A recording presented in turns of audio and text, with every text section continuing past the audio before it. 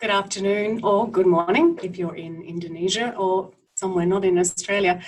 Thank you so much for joining us here at the Australia-Indonesia Centre's latest webinar, looking at international education and pathways to participating in the market of Indonesia. A subject that's garnered a lot of interest. Thank you so much for joining us today. We have, of course, seen the vulnerabilities of the current models of education most starkly hit by the impact of the coronavirus pandemic. So we have the universities looking for new ways with their business model.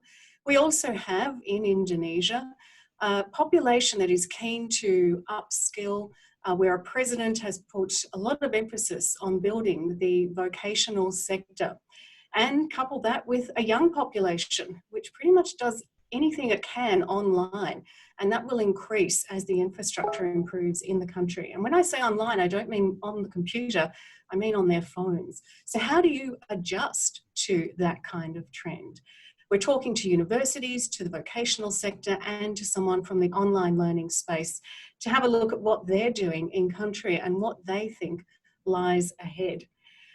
We are going, of course, to take your questions. We have many questions and we're going to get stuck into those as soon as we can.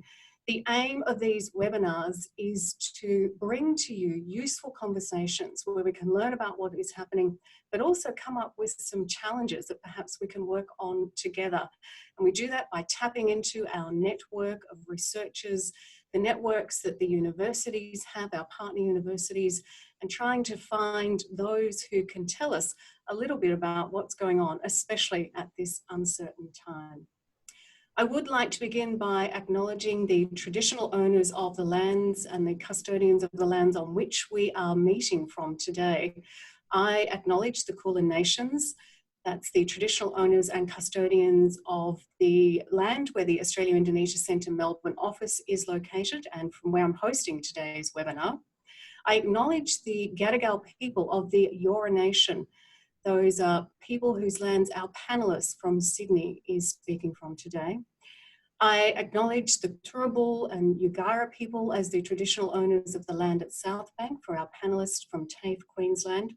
And on behalf of myself and our guests, we pay our respects to their ancestors and their descendants who continue cultural and spiritual connections to country. We recognise their valuable contribution to Australian and global society.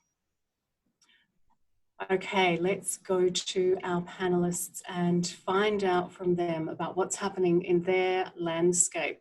With the immense shake-up in the higher education sector, we're going to speak to Rongyu Lee, who's the Vice Chancellor or Deputy Vice Chancellor, apologies, of External Education at the University of Queensland.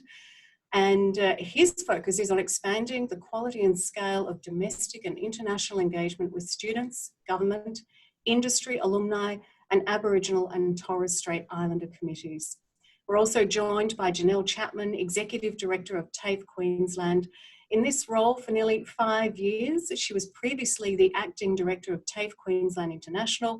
She has more than 25 years experience in vocational education and training, leading all international business activities for TAFE Queensland, the largest vet provider in the state.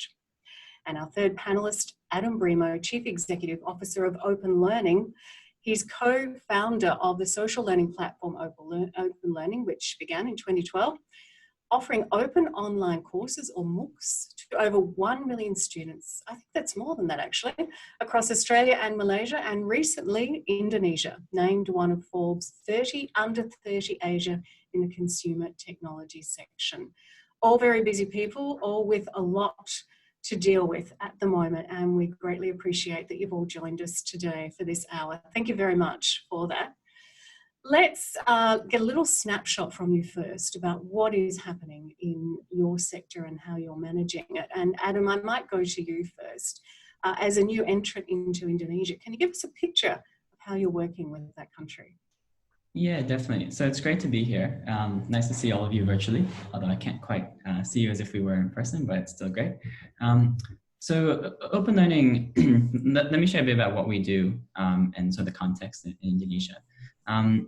Open learning provides a platform which is really focused on enabling education providers and educators to design courses that are much more collaborative, project-based, and social, and really aligned to an educational approach called social constructivism, which is really this focus on being intrinsically motivated to learn, wanting to work with other people to solve problems, get to know each other, collaborate, do a range of different activities. And that's the core of what we do. And when we started the company in 2012, we found that that resonated not just in Australia, in Sydney, where we started, but also around the world. And initially, we provide the platform to everyone around the world for free, just to test out and use. And in that process, we ended up attracting a lot of students and education providers across Southeast Asia. So we started off in Malaysia, where we entered in 2015.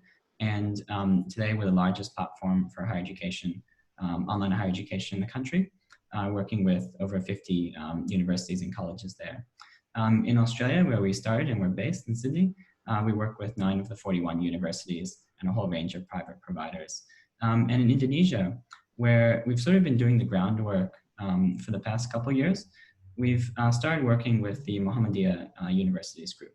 And we have a couple of the universities there who are actively using open learning more and more now that they're delivering courses online as a result of the current situation. But I think what's interesting is that while we have students, and we have about 2.2 million students now across the world, not just in Australia and Southeast Asia, but also in the US, UK, Middle East, Africa. What we have found, though, is that each country requires a different approach. And we've put a lot of time and effort into really understanding the culture, the values, the opportunity, the way the higher education system is structured.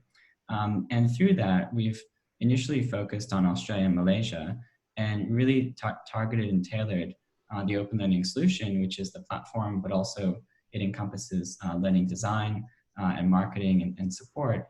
We've really tailored that to our existing markets. And now that we're spending more time learning about and understanding Indonesia and working closely with our partners there, we're getting a better sense of where open learning might fit into that ecosystem and how it can support local educators to transform the education system and increase access and quality within their own country. Rather than us trying to just import courses from abroad, we focus on actually supporting local education providers, local educators to make a difference and design higher quality learning experiences. Great, thanks Adam, and we'll get more into that partnership that you were talking about, no doubt, during the discussion. I'll turn now to Janelle Chapman from TAFE Queensland. And Janelle, you've had very much a hands-on experience in Indonesia. Tell us a little bit about where it's at the moment. Thanks, Helen. Certainly we have, as you said, TAFE Queensland International merged 5 years ago, and we came from 13 institutes into one to become the largest vocational provider in Queensland overnight. Indonesia has always been important to us off and on over the years, but certainly in these last 5 years, we've established more of a focus on it as a real market for TAFE Queensland. We believe that there is a strong growth area in skills development in Indonesia, and that goes from the president right down to the operational level. So that support is intrinsic with our strategy for Indonesia. We work with them in 3 ways. One is student recruitment. So traditionally in the vet sector, Melbourne and Sydney have been the main sources of destinations for Indonesian students in the vocational sector. What we want to do is bring them to Queensland. So we're starting to see some growth in that area. But probably more importantly, our growth has mainly been in working government to government, which we can do as a government provider. And we work with Ministry of Religious Affairs, Ministry of Education and Culture, Home Affairs, and most prominently with the Ministry of Manpower. And we've developed many programs over the last couple of years to train their employees in a whole range of different topics, from leadership management type topics to understanding vet framework, to understanding competency-based training, what assessment might look like and what industry engagement looks like if you're going to have a great rigor around that process. We also work directly with industry, and we find that we develop a tailor-made or customized program to ensure that the industry in Indonesia gains the skills that they need. Now, most times it's not necessarily a qualification outcome. employers don't necessarily want their employees to be out of the industry for a long time. So we develop a tailor-made program which allows us to deliver that in a variety of different ways. The latest way, because of COVID-19, is through mobile phone apps. You know, being able to deliver short, sharp skill sets development to a mobile phone user, and Indonesia has one of the highest user rates in the world for mobile phones. We feel that that's been an opportunity for us during COVID-19 that we probably wouldn't have addressed as diligently beforehand. So thank you. Thank you so much, Janelle. And to Rong Yu Lee from the University of Queensland, Deputy Vice-Chancellor, thank you. Can tell us about the university's engagement with Indonesia so far? Thanks, Helen, and thanks for the opportunity, and welcome everybody who are joining us from wherever you are remotely. The University of Queensland, as most of you would know, is a research-intensive university. It's a member of the Group of 8 university in Australia, and it's ranked consistently in all the ranking systems as a top 50 university in the world.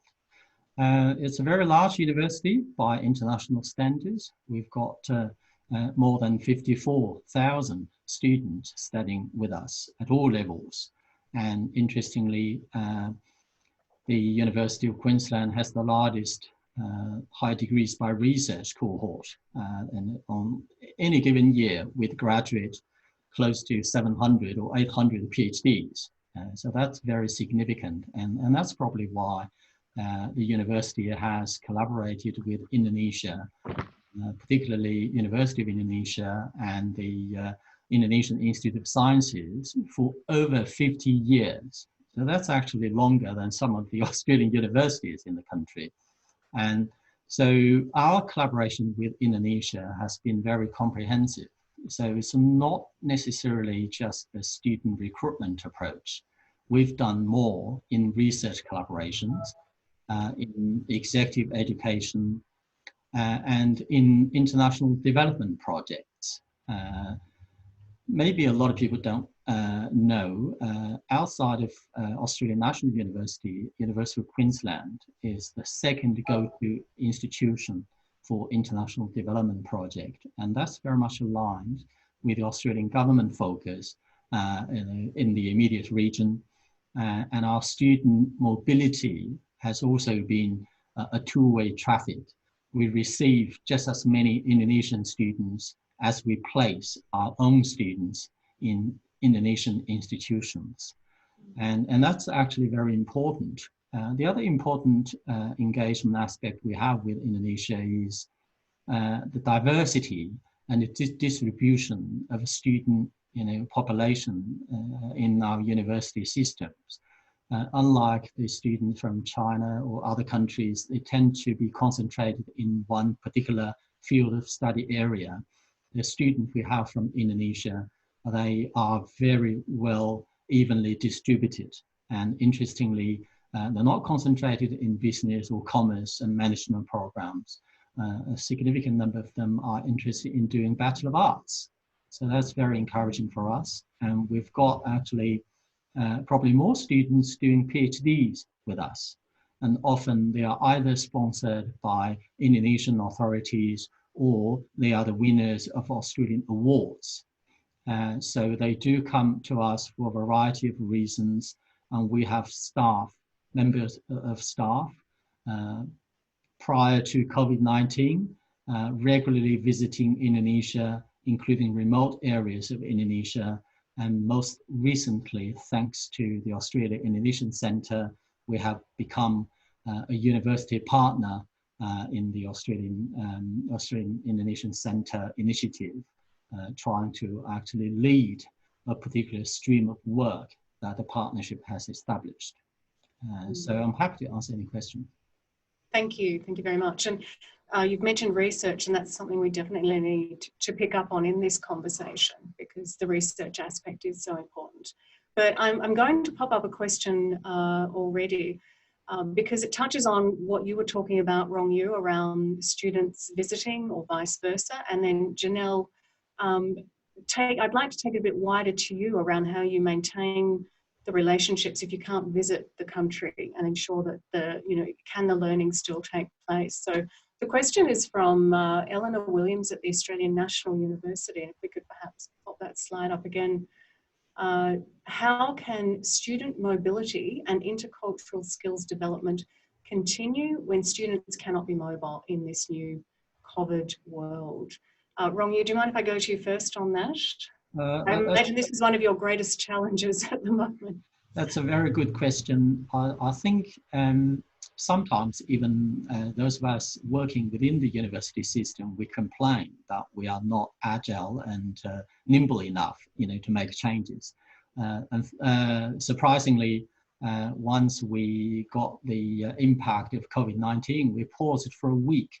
Within that week, we moved everything online. And that was actually something the university probably discussed and contemplated and tried to do for many years without actually getting there. And within a week, we've done it. Right. And Adam is on the panel. I think you have to be careful now because we are moving into your space. Going forward, certainly. We partner with universities, actually. We are talking about actually a hybrid model. And I think, when everybody's grounded, it's more important to engage using technology. And that's probably exactly what we've done, just to make sure that we maximize the power of technology in teaching, learning, in student engagement, in conversations. Even though we're not seeing our colleagues, our students face to face, we are, in fact, more connected. It's much easier to actually connect with our partners overseas than probably physically. I think that's going to change the way we operate going forward. I'm just going to, jump in there because, and go to Adam, because this is where the technology is really making its mark, isn't it? And it's platform providers that are actually, I understand, helping the universities make this shift. Is that correct, Adam? Yeah, I think that's correct. I mean, I think one challenge, though, that we have seen is that a lot of, I guess the speed at which, the virus has impacted everyone, has forced everyone to move very quickly. The challenge is that actually designing high quality online learning experiences takes time. And, I think while it might be possible to sort of do remote learning, I would say, where, almost in a Zoom session, you are having interaction, with people and discussing things. I think that's more of a tutoring approach, to be honest. To actually design a high quality course, a high quality learning experience where you involve learning designers, you involve subject matter experts, you sit down and you think about what the outcomes of the course you're trying to achieve are, and you work backwards and say, okay, well, this course is going to be 150 hours of learning. It's going to have multiple projects, case studies, scenarios. How do we want the students to interact? How do we want them to form a community? That takes time, and it can take months, in the lead up to building a great course. And I think that's probably the challenge going forward, which is there are platforms like Open Learning that are purpose-built for that kind of collaboration, that kind of project-based learning. But you also need to have a really strong learning design capability, either at the university itself, with the university's internal staff, or bringing in external companies as well, to actually develop and design those kinds of courses and have a very high quality learning experience that can sort of match up or even surpass sometimes the face-to-face experience. I think one interesting element, and I'm sure everyone sort of noticed this as well, when we're working remotely, whether that's in the workplace or in delivering a course, in some ways it's easier to maintain existing relationships remotely than it is to build new ones. And I think that's a challenge for all of us, both in the workplace and in education providers, where if students have already built up that rapport with each other, they've already gotten to know both each other and the lecturer, then that remote learning can work a bit better. But the big challenge, I think, is from the outset, you have a new student coming in who has never experienced Australian education or Indonesian education before. How do you have them come together? How do you break down the barriers to communication and build up that cultural exchange entirely online? And I think that's a challenge, and it takes time. And it's something that I'm sure University of Queensland, TAFE Queensland, and Open Learning, we're all sort of working on at the moment as well. Thanks, Adam. Janelle, going to you, because your model very much relies on in-country training, working with industry. Have you been able to continue with that, or have you had to find other ways to deliver your programs? I think across Australia, vet providers have been able to look at other ways of doing this. So whilst conversation often happens around universities, I think with the vocational sector, the added complexity is about being able to deliver a practical component. And I agree with Adam entirely. To make that really worthwhile, it takes time and it takes money if you can do it. So we need to make sure that we've got that really good mix of theory and practical skills. The interaction to me is the most important component of this.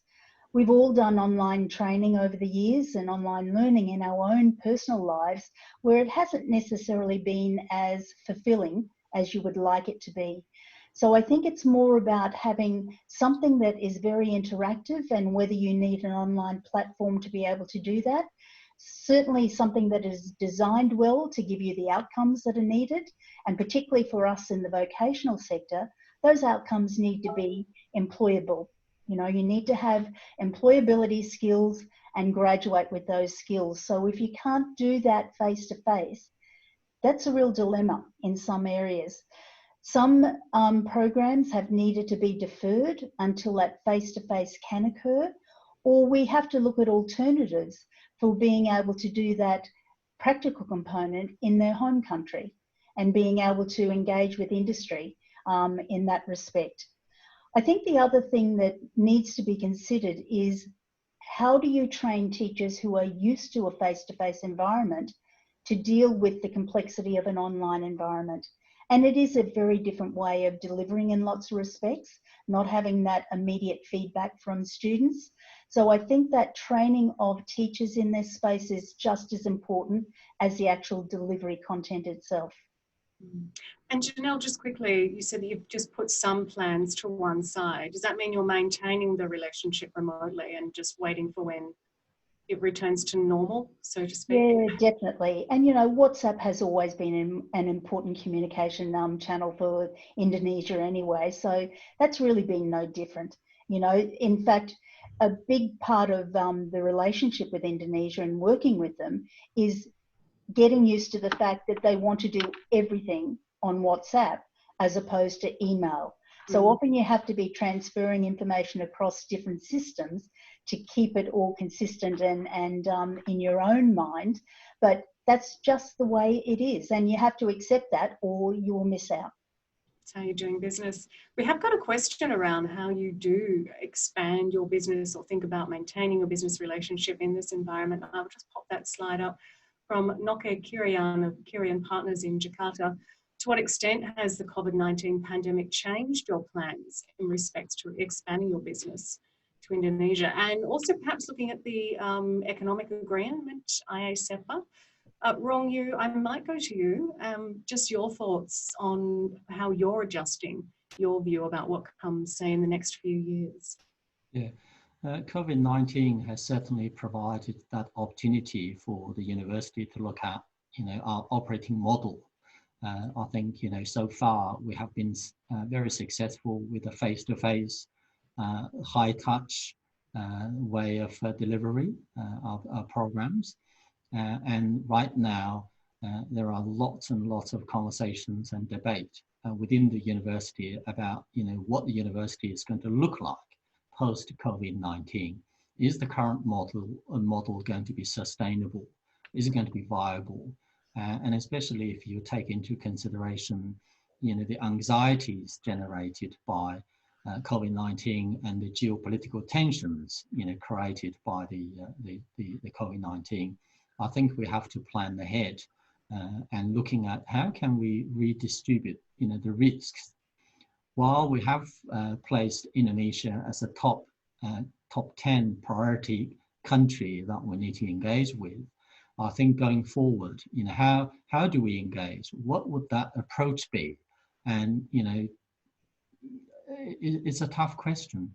At the moment, we've got a business continuity plan in terms of partnerships for the whole university. We don't want to actually drop the ball or because of COVID-19, we disengage and we allow a longer lapse.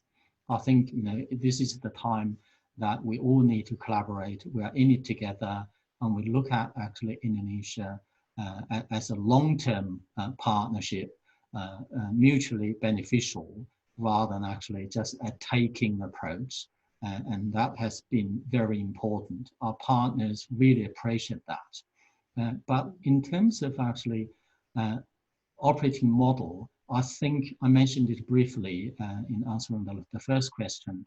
We are thinking about, you know, maintaining a significant portion of the current model, but also thinking about, you know, a fully online remote learning product, you know, with the right content, with the right technology, but at the same time, as Janelle mentioned, train the trainers together, train the students, because both the trainers and the learners will have to be able to navigate a new way of delivery.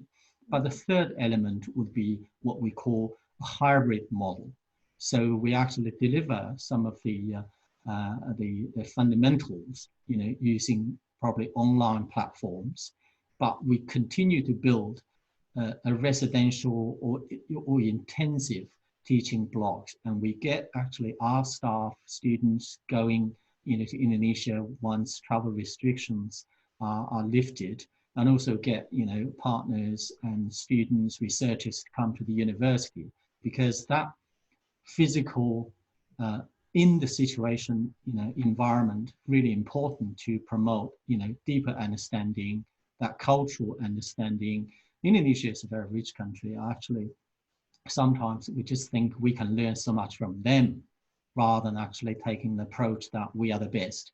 You know, we can impose on a lot of things, because the cultural and religious context and political, economic context are so important, and it's very difficult to navigate. So we do rely on our partners to teach us, you know, many of those things that can help us to actually become, you know, a sustainable partner. So I think, you know, our approach is not just a UQ designed and facilitated approach. We are working with our partners to make sure that, you know, that design is a co-design and it's going to work and has got a much bigger opportunity to work. Great. Thank you. Very interesting, the answer and an indication of which direction you're looking towards. Adam, if I can just go to you briefly, I'm curious about your plans for Indonesia. I suspect that the partnership you have with Muhammadiyah, one of the largest Islamic organizations and education providers in Indonesia, has actually come at an opportune time in many ways, with some travel restrictions, for instance. Are you looking at changing your plans at all for that country? Yeah, it's a good question. I agree with Rong-Yu's comments actually as well, particularly around the fact that these are long-term partnerships. I think that's really critical. So I think we're in a good position in the sense that when we started expanding to Southeast Asia in 2014, 2015, we spend a lot of time really getting to know different organizations, different people, building relationships, providing a lot of what we're doing for free to test out the market, and to see how we can support you know, the local goals and plans of each country's education system.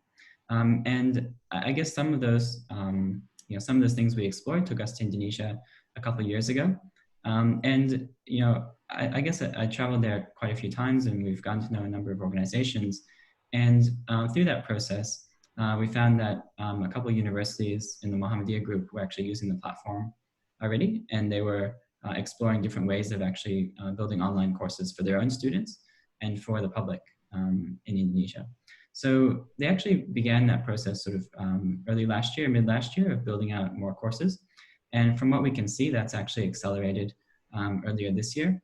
And I think, you know, for us from a company's perspective, we're fairly focused on Australia and Southeast Asia as a whole. We're very careful not to try and take on too much. You know, we're a fairly small company. We have about 50 staff, the majority in Sydney, about 20 in KL, and a few around the world. And we're actually looking at where we can make the biggest impact. And Indonesia is a market that we think we can do something meaningful in. And we're quite encouraged by the types of courses, the quality of the courses, and the level of adoption that we're seeing with the Muhammadiyah group and our partners there. And we're hoping that that continues. But I guess the way we see it is that, you know, we'll take our time. We'll understand the challenges that they're facing. We'll refine our product. We'll make sure that we have support in local language, that we can support the local regulations for the higher education system there. And I think you'll see us probably do more in that space over time. Okay, thanks, Adam. And we have a question that's come in from one of the a member of the audience, which is for all of you. Andrew Hayes from Macquarie University. What are some of the key risks perceived by you when going into Indonesia, and how would you navigate these risks, especially the regulatory challenges? Now, of course, we talk about Indonesia, but we know when it comes to education, it is not the easiest space to navigate, and the regulations can also prove somewhat testing of your skill to work through issues, but you have all done it. So what's your perception at the moment of where the risks are at and where the regulations are at? Perhaps if I could start with you, Janelle. Thanks, Helen. I think historically, it's always been a lack of understanding about the importance of the vet sector. So if I just focus on that, obviously that's my my baby, and about the importance of skills development. It's something that's changing over time. And, you know, President Jokowi has said that by 2030, he wants 58 million people upskilled.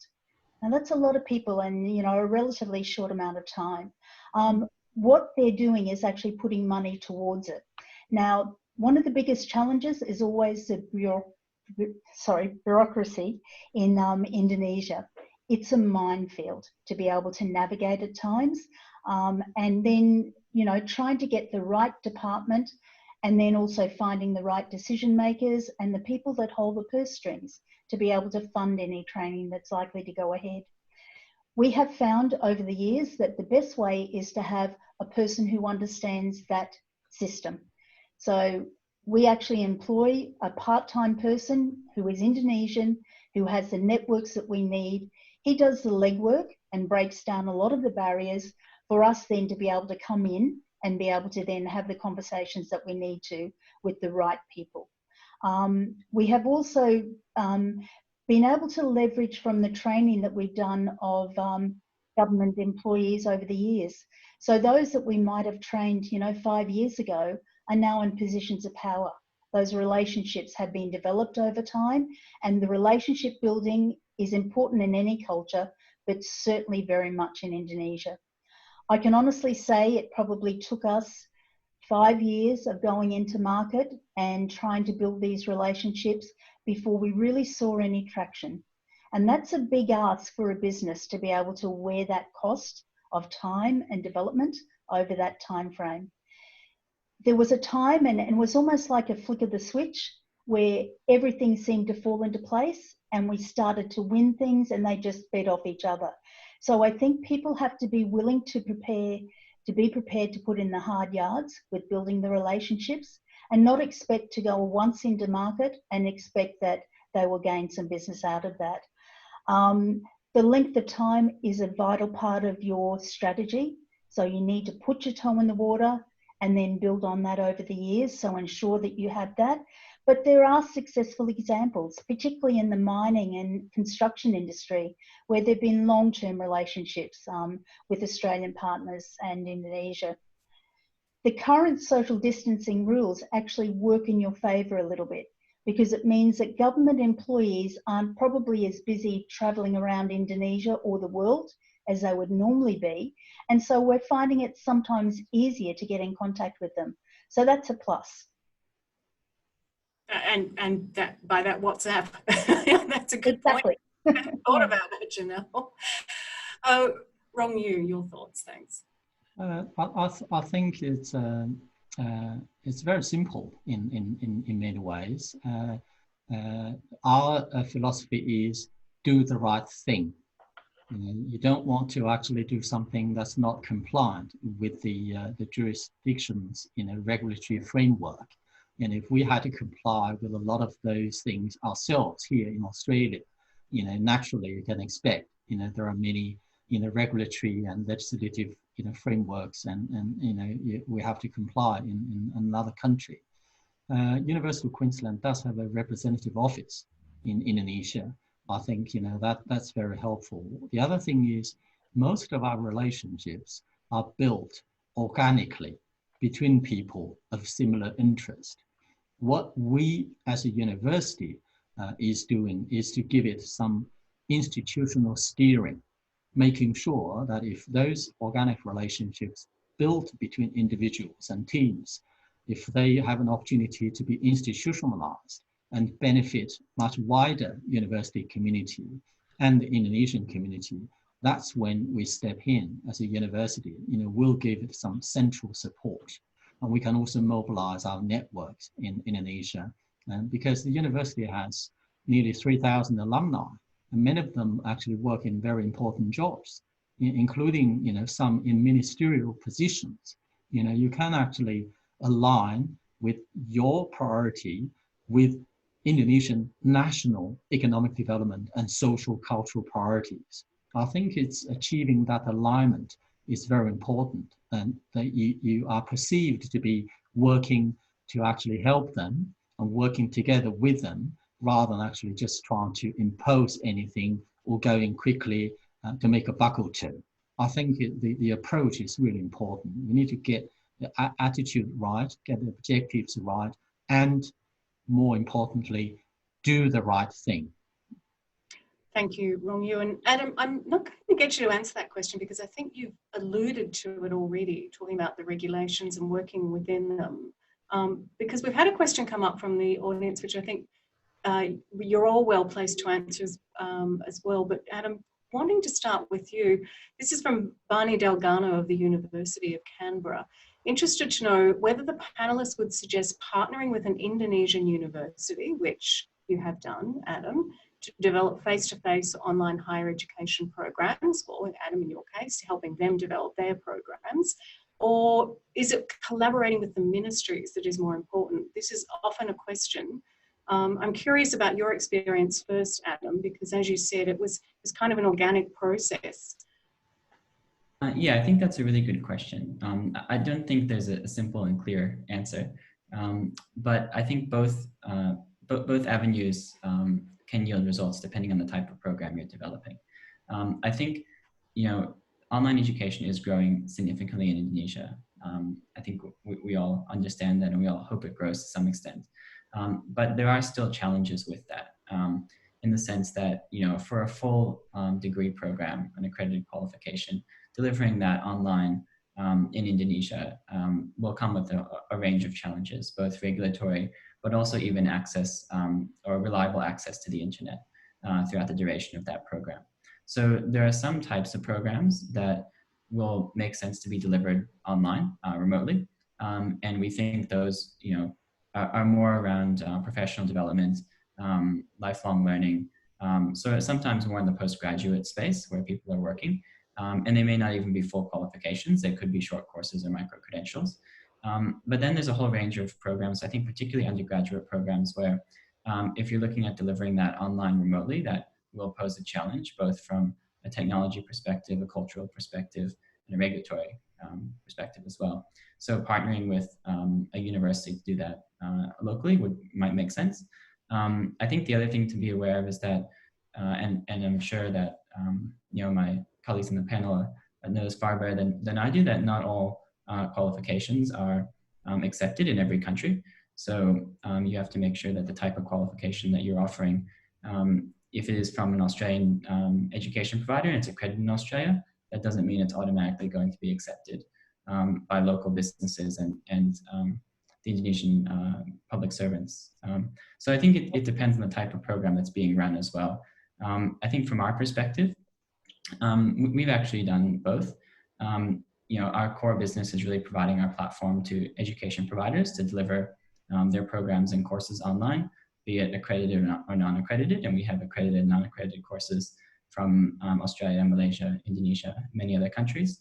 But I think at the same time, we also see that, you know, some courses can't be delivered in that way. And sometimes a collaboration between universities across geographies actually can yield very good results. And we've seen that in particular with the work that we've done in Malaysia, where there are a lot of universities there that are offering dual accreditation or twinning programs. And that's been around for some time, and that's been quite effective there as well. Quick response, Janelle, ministry or university or industry in your case? I think it's a mix of both, and it depends on the industry. We've often found pools of funds in really obscure, departments. So, it is about that understanding of what they can do. The other thing that I would say is that sometimes it's not straightforward with being able to get funds for training. So the funds may need to be used in a very prescriptive way from the department. So it might be something as simple as it always has to go through a broker. So there will always often be a third party involved in any of this. But it might be that the funds aren't allowed to be used for training, but can be used for accommodation and airfares, or vice versa. So it is just doing your due diligence to ensure that you are very clear about what any requirements are about working with that particular ministry or industry, and then going from there. Rongyu, what are your brief thoughts? Very quickly, I think our approach, I think it's a very sensible approach, is understand, what we're trying to achieve, and also test the concept. I think that's very important. Test it with partners and government agencies, run it past them, and just to see if this is going to fly before you actually invest a lot of resources behind it. We are operating in different environments. Australian universities are self-accrediting institutions. We don't have to actually seek Ministry of Education approval, to do anything, provided that we comply with Texas standards. But in a different, political, cultural, setting, that's very different. And often in Indonesia or in China, in many other countries, you can actually put together an initiative, but it's best if you get government endorsement.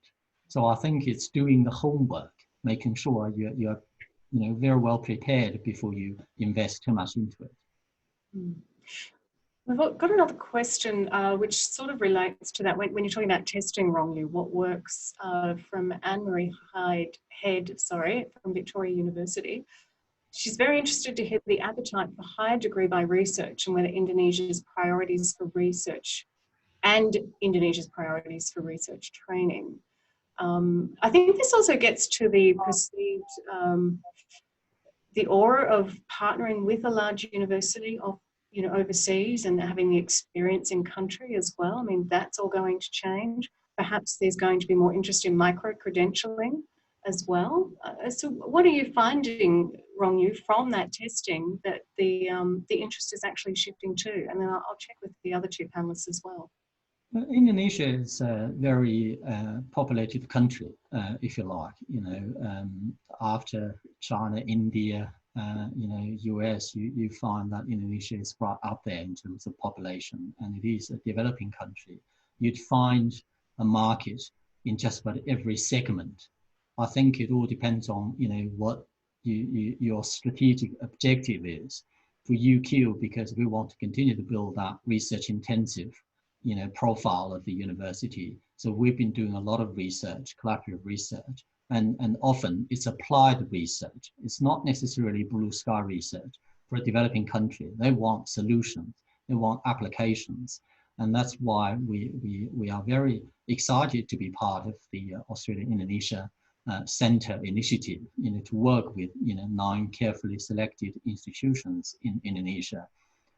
One challenge, I think, if the question was from Victoria universities, they are very brand conscious. They are very conscious of the rankings. And often, in fact, that comes from Indonesian government saying they don't want to partner with anybody ranked outside the top 200. So I think, in that context, it's about, whether you can find a niche partner, making sure that you've got, objectives line up and both parties are comparable, and compatible. So I think that's often the approach, because otherwise, if you just listen to, people say, you're not a top 200, ranked institution, then there's no chance. It's not necessarily the case. I think there's a marketplace, for everybody, because it's such a big country and there's so many different needs. So just, find that niche area that you are good at, and you can find a partner you can work with. That would be, a good place to start. Adam, I think you're big on micro-credentials and the direction that's going in. Yeah, we are. So, I think what we've seen is that, as Rangi was saying, there's a lot of different markets out there, especially in a country as large as Indonesia.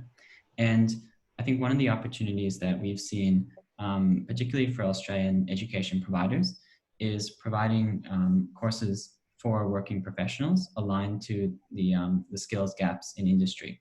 I think based on some of the research that we've been seeing, that there's a substantial portion of the Indonesian workforce that is sort of underskilled, even for the jobs that they're currently doing.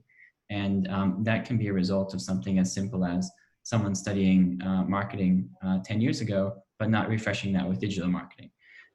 So what we've seen is that if there's a way to provide short courses that are branded by a recognized institution, I don't think it has to be a top brand institution, but the brand is obviously very important as well. But for these types of courses, I think more important is that it's going to deliver a skills outcome. And one of the things that we've been working on in Australia recently is a framework called Open Creds, which looks at creating a standard and a process for developing micro-credentials that could eventually lead towards credit at a range of institutions. And really for us, that's about ensuring the quality of the course that's being delivered, the volume of learning, the style, the outcomes, and ensuring that it actually generates enough evidence for an RPL process. So I think if we're able to package micro-credentials up in such a way that it's not just, a sort of a non-accredited online course that no one really cares about, it's actually something quite substantial, will deliver a skills outcome, then I think that's an area where there is a significant opportunity, and an area that is underserved by a lot of local institutions in Southeast Asia generally, but also in Indonesia at the moment as well. Now, Janelle, I'm going to go to you, but instead of picking up on that question, which I know you can answer very well, but we've had an interesting question pop up, and I think only you can answer this one. Michael Fay from the ASEAN Focus Group has asked, why has the Australian vet sector been relatively unsuccessful partnering? Now, this is another one. Why has the Australian vet sector been relatively unsuccessful in partnering with major Australian companies active in Indonesia, as an example, Coca-Cola, Amateur and BlueScope, who train their employees in-house with their own training arms? So, yeah, it's a valid point, Michael. It's not for the want of trying, let me tell you. Often what has happened over the years is that vet providers have tried to get into those industries to be able to work with them to train in Indonesia. What we found happened is they would often get, I suppose, frustrated about the lack of support to be able to do that, either from the Australian provider or from the Indonesian market. And it became much easier for those large companies to develop their own in-house training. Now, that doesn't mean that things aren't changing. So we're finding with a couple of these market or companies now that they're looking at ways to be able to get back out there and to have Australian vet providers train. There's a small amount, and it certainly can lead to growth in particular emerging industries, but at the moment it's a really difficult one to gauge. It is about identifying the right partner and making sure that you can deliver what they want. Many providers will often go in with a one-stop shop and they will be able to tailor a program that is customised for that particular partner. That's the only way to go for Indonesia. You can't go in with an off-the-shelf product and use it in the rail industry or construction or mining or whatever it might be. Think carefully, and it's a lot of communication with the partner up front about what their desired outcome is, and then developing a program and looking at the models of delivery for that that will meet those needs. If you can't do that, you won't be successful. And that's probably one of the reasons why Australian vet providers haven't been as successful over the years, because you do need to be flexible, but you also need to invest the time in developing the relationship with them. A lot of the work that we did in the early years was about profiling what TAFE Queensland could do. You had to educate the market, and that included government and industry, and then trust develops. We often run pilot projects. So Romyu said before about testing the market. We run a pilot project of master trainers in a particular industry area with the view that they would be able to disseminate that training out further in their own country. So it is looking at flexibility and tailoring and customising training specific for that partner and industry.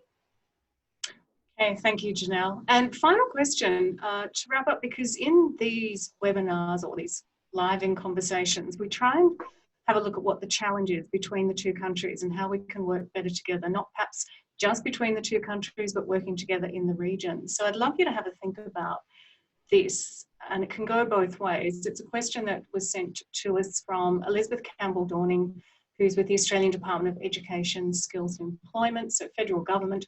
How can Australian providers best support Indonesian partner institutions to help them navigate the current crisis? And as you say, it might be a two-way street as well. So I'll just leave that up there for a minute so you can think about that. Need some thinking music here. And back to the panelists. I might start, Romyu, with you first, because I'm sure that you've had, we've been discussing a bit about this. So if I can go to you first on that. Thanks, Helen. That's a very good question. I think it underpins the importance of taking the long-term approach. You know, good partners stay together in bad times and in good times. And we have actually ramped up our engagement with our partners, you know, keeping in touch on a regular basis, vice chancellors writing to each other and having Zoom meetings. But more importantly, I think Australia has done, you know, so well in containing the spread of the virus, and that gives us the opportunity to think ahead about, you know, post COVID-19, what is that going to look like, and how do we actually help our partners, you know, getting a better outcome as well.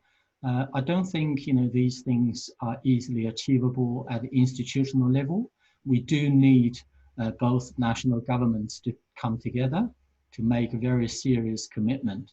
I think the free trade agreement is going to facilitate that, but I'm quite encouraged by the most recent, you know, narrative and rhetoric coming out of Australian government in terms of how we strategically engage, you know, the immediate region, and that's very important, and especially when we are running into some difficulties with, you know, both the US foreign policy and the Chinese, you know, stance, you know, when it comes to trade or geopolitical tensions. We do need to think much more strategically. No two universities or TAFE institutes or online, you know, education delivery can actually make that kind of impact that are benefiting a much wider community in both countries. I think we do need government to come in, and I'm glad that the question comes from the Department of Education. We do need Australian government and the different government agencies to take that leadership role in facilitating bilateral, multilateral, you know, relationships, and create some vehicles and platforms on which institutions can come on board, you know, to build on past successes. And so we take a long-term approach going forward. Thank you, Rongyu. Adam, I'll go to you briefly. Thoughts on, is Muhammadiyah reaching out to you in a certain way during the coronavirus pandemic in terms of its students and courses? Yeah, so we've been providing extensive support to those universities and also to all of our partners around the world. Over the past few months, we've had to move quickly as well to expand our customer success service operation, both for students but also for educators. So one of the things that we've done is we've put out quite a few resources on how to teach online, but not just designing courses, actually how to facilitate courses, how to increase engagement, because the greatest challenge we've seen is in some cases less from the students and more from the education providers and the lecturers themselves in going through that very stressful and challenging process of trying to move your course online and then facilitate it effectively. So we've ensured that we've provided that kind of support to all of our partners, both here and across the region. I would also say that over the years, particularly a lot of the work that we've done in Malaysia has been in partnership with local universities, but also the Ministry of Education, the Ministry of Higher Education as well. And we've looked at it, I guess, from a nationwide perspective. We, in many cases, get involved in very large scale training or transformation programs where you have dozens, in some cases, of universities and polytechnics working together to design courses, share resources, and solve problems. And we've done that, I guess, because we're interested in it, but we also think it can make a big impact in the country. And that's the kind of thing that we look at doing on a large scale across the region. And I think in a time like this, as we've been saying, it's really important to keep in touch with your partners and support them in the best way you can using the resources that you have. Great, thanks, Adam. And finally, Janelle, some quick thoughts from you as we start wrapping up. So I agree with Rongyu and Adam. The relationship is vital and probably more important at this point in time. In some respects, it's probably a good opportunity because not only Australian providers are going through this issue, the Indonesian providers are having issues as well. So it is about looking at solutions in a collaborative way. Looking at if we can't get over there to do face-to-face training, how else might we do it? Do you have a webinar? Do you have other alternatives to give the outcomes that you still need? The only thing I would say that with a word of caution is the secure corridor notion, that if Indonesia is not included in initial, planning around having those students come in, that could be disadvantage for Australian providers across all sectors. Excellent, thank you. And unfortunately, that's where we'll have to leave it. I know there is so much more we can discuss, but what we're going to do is have a look at some of the questions that have come in that perhaps haven't been covered and see if we can answer them online or another way. We'll try and sort something out. We might even engage with you on that as well. But it's been a fantastic hour, so interesting. So much is changing, and it's great to hear from three people who are at the forefront of that change and trying to find ways through it and adjust to what is now happening and find a new normal, so to speak. So I'd like to thank Rongyu Lee, Deputy Vice-Chancellor at the University of Queensland for External Engagement, Adam Bremo, CEO and co-founder of Open Learning, and Janelle Chapman, Chief Executive Director, my apologies, of TAFE Queensland. Thank you so much for your time. And thank you to everyone who has joined us today. Really lovely to have you on board. We had 500 registrations and we hit our max, so we couldn't take any more. We'll be looking into that, see what we can do next time. And we are going to put this webinar replay online very quickly. It should be up by tonight on ai.com. So you can go back and have a look at it. We've got a little survey at the end. Once you dip out, it'd be lovely if you could do that survey for us as we try and improve our offering and increase the good vibes of the relationship between Australia and Indonesia. We're always looking for ideas and your thoughts on that. Now, we are going to take a little break from providing a webinar, maybe just for a month, as we take stock of all the information we've had come at us already, and also prepare for our next big series where we're going to look at what happens in a world of coronavirus, of COVID-19. How do we look at it when we look at our areas of partnerships in health, in youth, in entrepreneurship? We're going to cover quite a few areas and dip again into our team of researchers and our network to bring you some more interesting conversations, some more interesting dialogues that can hopefully help us think ahead and make the relationship between the two countries stronger.